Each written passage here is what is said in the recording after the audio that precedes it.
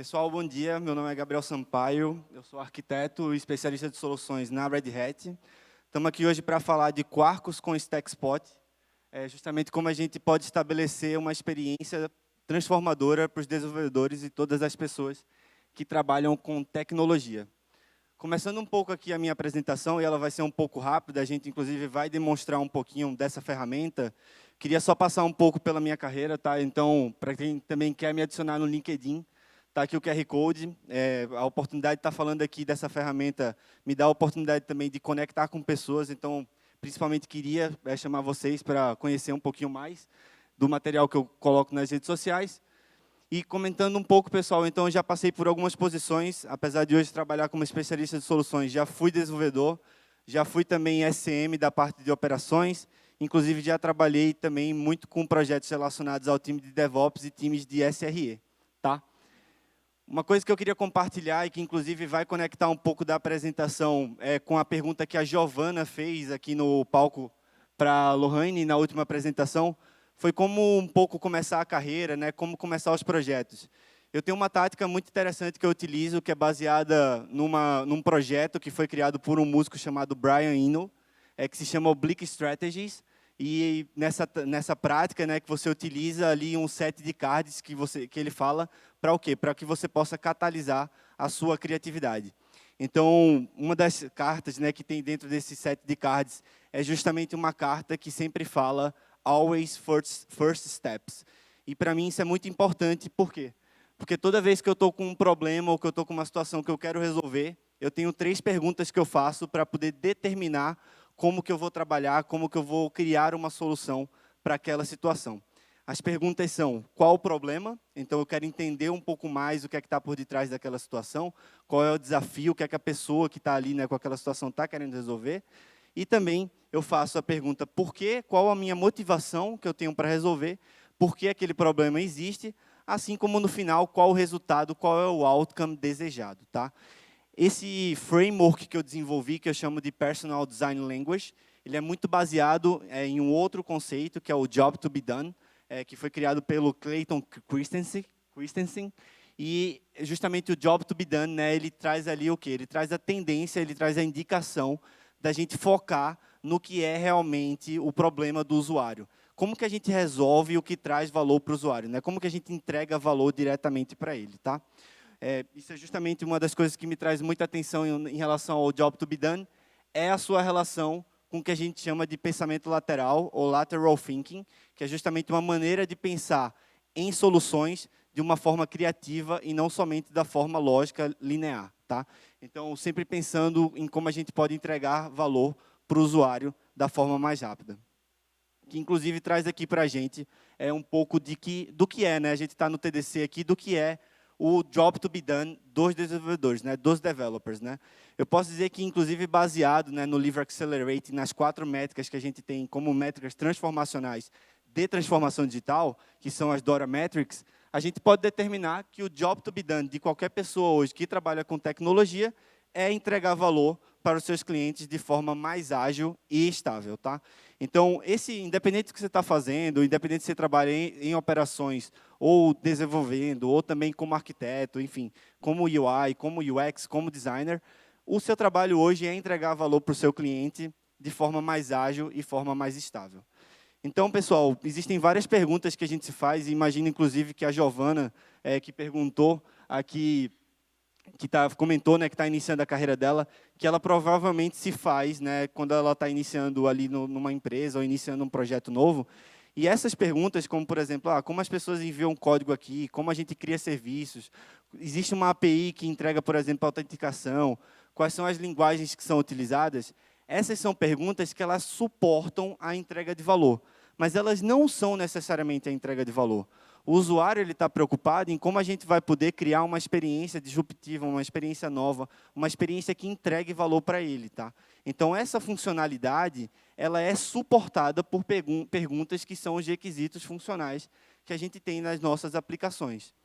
E aí, hoje a gente está justamente para falar aqui de uma plataforma que ajuda a gente conseguir estabelecer esses padrões de uma maneira que as pessoas que têm que focar na experiência do usuário consigam estar mais próximas e, inclusive, passar a maior parte do tempo resolvendo o que é o job to be done. Tá? Então, hoje a gente está aqui para falar e para mostrar um pouco da integração dessa plataforma de criação e colaboração de protótipos funcionais, que é a StackSpot, junto com um framework também de inovação, que é baseado em Java, né, que é justamente o Quarkus. Tá? Então, pessoal, a gente vai falar aqui hoje da Stack Quarkus API, tá? Para mencionar para vocês, né, uma stack ela é um conjunto de ferramentas que a gente pode tangibilizar ali como aplicações ou ambientes, e justamente a gente consegue templatear, né, digamos assim, a gente consegue criar templates para quê? Para que a gente possa utilizar essa stack em diversos cenários de acordo com a nossa necessidade. Inclusive, eu vou mostrar um pouquinho aqui em relação a essa ferramenta. Muito importante, inclusive para a minha experiência principalmente, aqui falando um pouco de Dev Experience, que o StackSpot, né, a ferramenta que a gente utiliza, ela possui um CLI, então é muito legal mencionar que está próximo ali do desenvolvedor, porque a gente vai ter, né, uma ferramenta para poder interagir na linha de comando. Tá? E também é legal falar que você não necessariamente precisa criar uma stack do zero. Né? Inclusive, hoje a gente não vai criar uma stack, a gente vai utilizar esses comandos que eu estou mostrando ali, para quê? Para que a gente possa pegar uma stack que já está criada, que a gente criou anteriormente, eu vou mostrar um pouquinho aqui ela, e vou mostrar como que a gente cria uma aplicação. Então, ali vocês podem perceber, né, que eu estou dando ali agora o STK list para listar se eu tenho alguma stack disponível. Não tenho, eu estou importando uma stack, que é justamente a stack do Quarkus API. Tá? Então, passando um pouco aqui, vocês podem perceber que o primeiro comando, que é o comando um dos comandos mais importantes que a gente tem, é justamente para criar um template. Tá? Então, o template que a gente criou foi um template de uma aplicação bem simples ali em Quarkus. Né? Então, é uma API, tá? Uma API que a gente vai utilizar. E aqui eu vou passar um pouquinho para o código, pessoal. Então, vou passar aqui para o meu VS Code e vou mostrar para vocês os arquivos importantes que a gente tem aqui nessa estrutura. Tá bom? Então, vale a pena mencionar que, quando a gente tem aqui, dentro do meu Stack Quarkus, o arquivo que vem aqui, né, que é um dos arquivos mais importantes, ele se chama o stack.yaml. Tá? Aqui é onde você vai declarar, né, o nome da sua stack, você vai declarar também em relação à descrição dessa própria stack também. Pode declarar ali tecnologias que são compatíveis, assim como também em relação, pode fazer qualquer referência à documentação que você tenha. Tá? Quando a gente rodou aquele comando de criar o template, a gente criou essa pasta aqui, que é o Quarkus API. Tá? Aqui vocês podem perceber que eu também tenho um arquivo template.yaml, e, inclusive, esse formato de arquivo, né, que é o formato YAML, ele foi pensado para simplificar a experiência do desenvolvedor também. Por quê? Porque ele é um arquivo human readable, então eu consigo ali, né, ter um arquivo chave-valor para conseguir mexer nele. Eu não preciso aprender nenhuma linguagem de programação para conseguir criar esse arquivo. Então, é bem interessante também esse formato. E vocês podem perceber que aqui nesse arquivo eu tenho algumas perguntas que eu vou fazer para o meu usuário, para que a gente possa, de acordo com os valores que ele vai responder, a gente vai conseguir criar a nossa aplicação baseada em condicionais que a gente tem no nosso template, que eu vou mostrar no próximo passo. Mas, por exemplo, aqui, ó, só para mencionar, eu estou perguntando para ele qual o Group ID que ele vai querer definir, qual a versão dessa aplicação, se, por exemplo, a gente vai utilizar uma biblioteca de Health Check, se a gente vai utilizar uma biblioteca de OpenAPI, ou se a gente vai utilizar, por exemplo, ali o Prometheus para estabelecer um monitoramento da aplicação. Tá? Interessante que, aqui dentro da pasta Templates, a gente tem uma pasta chamada App. Vocês podem perceber que essa pasta App aqui, ela tem uma estrutura básica de uma aplicação Java. Então, basicamente, a gente tem aqui, né, o POM, a gente vai ter também aqui a pasta Source. Dentro da pasta Source, a gente vai ter as nossas classes, enfim, interfaces que a gente vai utilizar. Mas é importante mencionar aqui, esse arquivo aqui, pessoal, ele é o nosso essa estrutura é o nosso template. Então, ela não é a nossa aplicação. Essa é a base, é o protótipo funcional que a gente vai utilizar para criar aplicações. Então, vocês podem perceber que aqui, ó, a gente vai ter, por exemplo, uma condicional que está em Jinja, né, Jinja 2. Então, a gente aqui está utilizando o quê? Essa condicional. Se o usuário que está utilizando esse template ele falar que ele quer o SmallRye OpenAPI, eu vou instalar essa biblioteca na aplicação que vai ser gerada. Se eu falar que não, aí ele não gera. Então, para isso, você pode fazer tanto para, por exemplo, bibliotecas assim simples, como também você pode utilizar no próprio arquivo Java, que está aqui com a gente. Tá? Então, aqui, por exemplo, a gente tem uma condicional relacionada ao tipo de banco de dados que eu vou utilizar. Então, é bem importante que a gente tenha esse poder de flexibilidade. Por quê?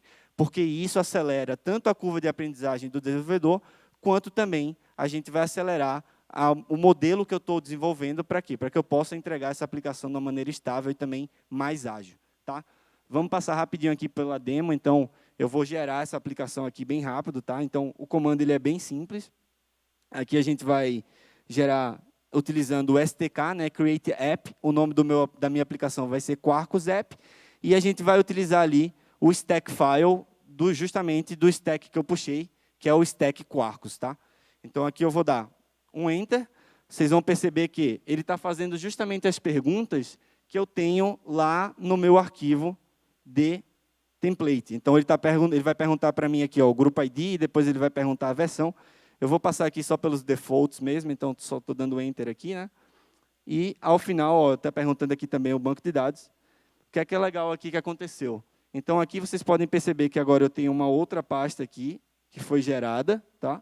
Então, essa pasta aqui, que é o Quarkus App, né, ela foi gerada a partir do template que a gente tem. Então, eu vou entrar nela aqui para que a gente possa ver. E vocês podem perceber que dentro dela eu tenho aqui a pasta App, que é onde vai estar a minha aplicação Quarkus. Então, vou dar um Enter aqui. Aqui eu vou abrir o VS Code aqui para a gente ver. Aqui na pasta App a gente tem uma aplicação, uma API bem simples, né, em Quarkus, mas já é um modelo, um protótipo funcional. A gente poderia, de repente, utilizar essa API aqui, ou o template, né, para poder padronizar diversos requisitos funcionais que a gente tem na API. E aqui, só para a gente rodar a API rapidinho, vamos dar um Quarkus Dev aqui rapidão, para a gente poder mostrar funcionando. Então, ele vai começar a rodar minha aplicação. E aqui vocês podem perceber que agora a gente consegue acessar essa API que foi gerada.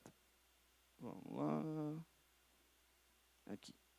Então, aqui eu consigo acessar. Vocês podem perceber que, por exemplo, eu optei por ter, né, a biblioteca do OpenAPI. Então, ele criou aqui a biblioteca do OpenAPI para mim. Então, aqui eu tenho o Swagger. Eu vou ter também o arquivo do OpenAPI ali, se eu clicar aqui nessa parte. Aqui eu também tenho a parte de Health Check, que eu deixei habilitada. A parte do Prometheus, vocês podem perceber que ele não gerou, né, porque eu não coloquei lá para ele gerar. Mas, se eu tivesse colocado ali a opção de sim, ele teria gerado aquela biblioteca. Então, esse template, pessoal, ele é um protótipo funcional que ele ajuda e simplifica, por exemplo, as pessoas a não precisarem entender esses requisitos, ou pelo menos terem uma compreensão de como podem utilizar. E, inclusive, ele incentiva a própria colaboração desse template entre os times. Tá bom?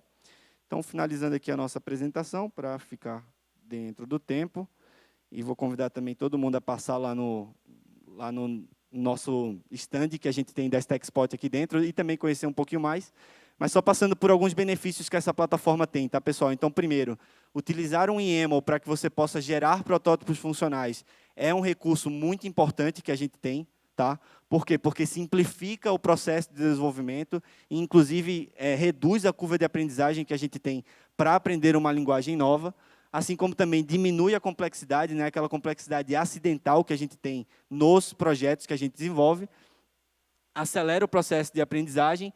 A gente também tem a possibilidade de criar padrões que são end-to-end, então, a gente daqui não necessariamente precisa criar só uma aplicação. Eu posso criar uma aplicação e posso criar um ambiente, ou até mesmo ferramentas que eu vá utilizar, como, por exemplo, ferramentas de integração, como um Kafka, e eu posso subir toda essa stack de uma vez só, utilizando um único template ou alguns templates. Tá bom? A gente também tem, né, dentro dessa plataforma, uma plataforma que ela incentiva e facilita a colaboração, basicamente trabalhando muito ali próximo do que a gente chama de modelo inner source, né? Então, é um modelo de colaboração das comunidades open source dentro das empresas. Tá? É muito importante que a gente tenha esse modelo, por quê? Porque eu consigo, né, distribuir o poder de decisão lá para a ponta, lá para quem está desenvolvendo o problema, e eu consigo também acelerar esse processo. Eu tenho a melhoria da experiência de desenvolvimento, por quê?